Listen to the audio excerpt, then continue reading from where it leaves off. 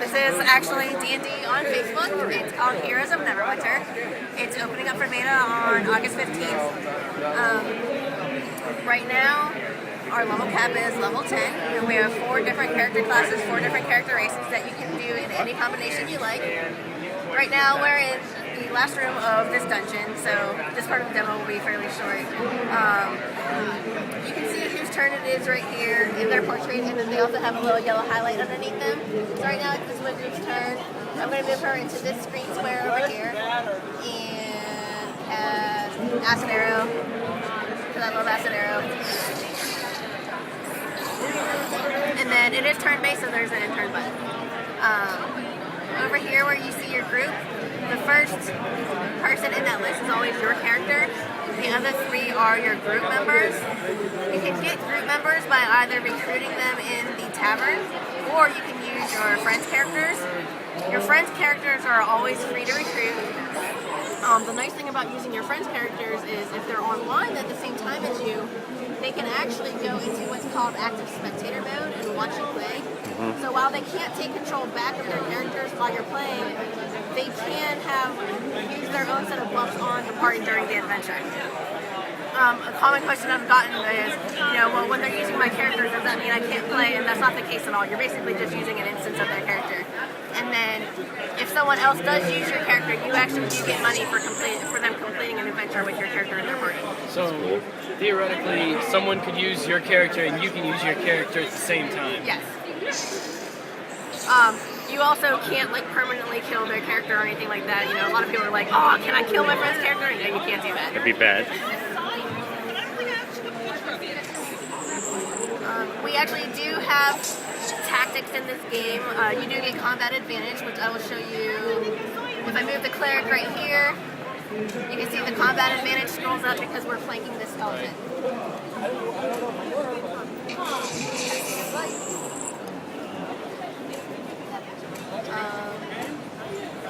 At the level 10 cap, we do open up the dungeon editor so you can create your own adventures for other people to play. And then there is an entrance fee that people can pay to enter your dungeon, and you get a share of that as profit.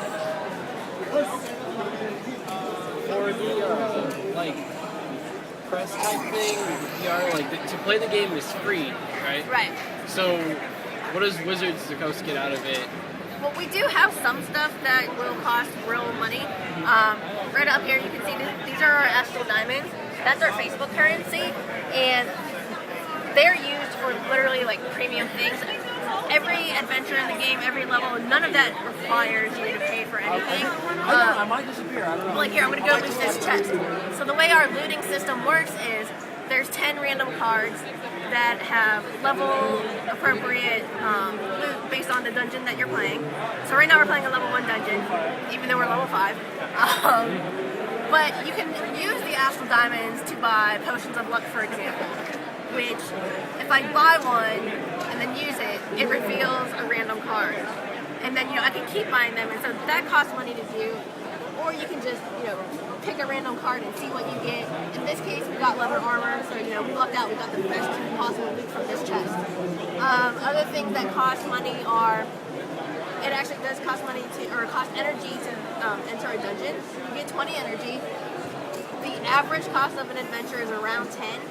I find that when I sit down and play, I can usually get through 2 or 3 adventures in one sitting. But if you wanted to refill your energy, that's another thing that costs extra money.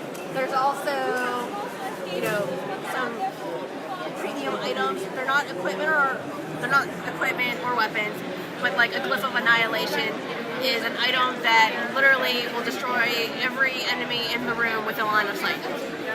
For games like Farmville and other games like that on Facebook, it seems to me a lot of the reason people continue to play them constantly is because there's some sort of downside to stop playing. For Farmville, you lose your crops. Right. Is there any kind of downside like that for this game? There is not. So here's the recruiter screen. Right now I'm playing a Dragonborn Rogue, so I'm going to pick a Wizard, a Fighter, and a Cleric to join my party. Like I said, you can use your friends' characters. Going through the recruiter costs money. Going through your friends is free. the nice thing about the recruiter is if none of your friends have characters the same level as you, the recruiter is always populated with characters around your level. Here we have the weapon shop, here's the magical item shop. This is the player house, which gets filled out whenever you earn achievements. Oh, that's another thing to add is that you can actually earn Astral Diamonds. A lot of achievements give Astral Diamonds. We also have the Chest of Wonders, which is your random gift of the day. I guess the only real downside we have is the Chest of Wonders gets better every 5 days. So if you don't log in one consecutive day, you go back to square one. It's not that big of a deal.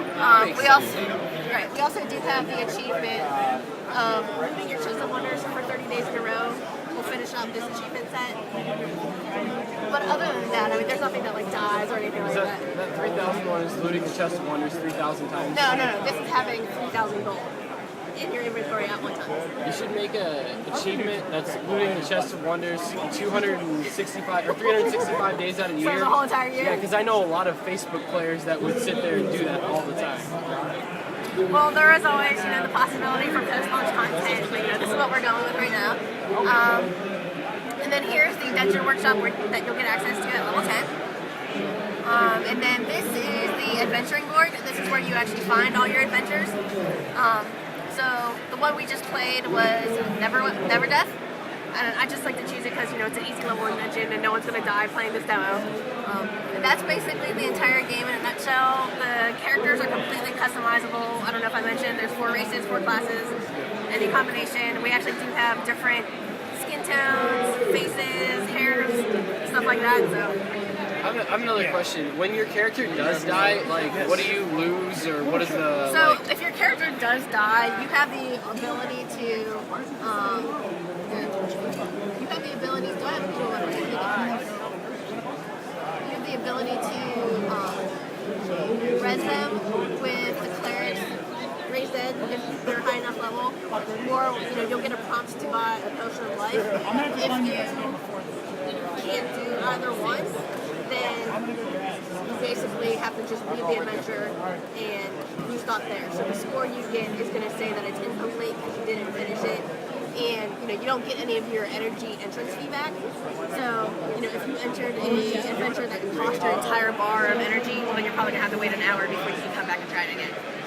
But there's no you don't lose ability points or anything like that. Okay. If you want to see someone die, I can probably do it.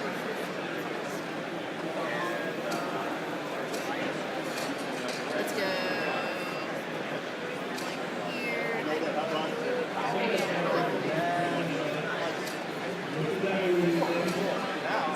So you can buy adventure passes to bypass requirements. Those also cost the Astral Diamonds. Dragon spotted. We do have dragons in the game.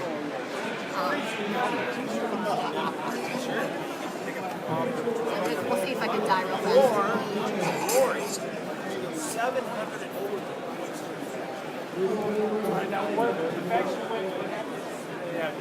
So stunned. So we do have different conditions. If you hover over players or enemies, you'll get this box down here that shows you their condition. Right now I'm bloodied, I'm stunned, and I have ongoing 1 healing.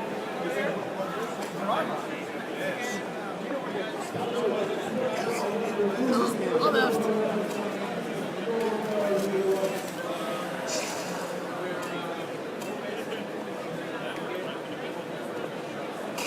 Oh, I died.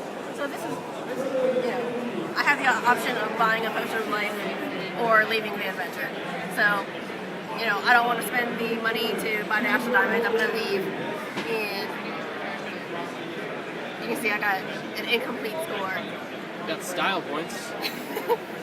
Well, it's because I did some damage. But yeah, that's basically it. So, any questions? Nope.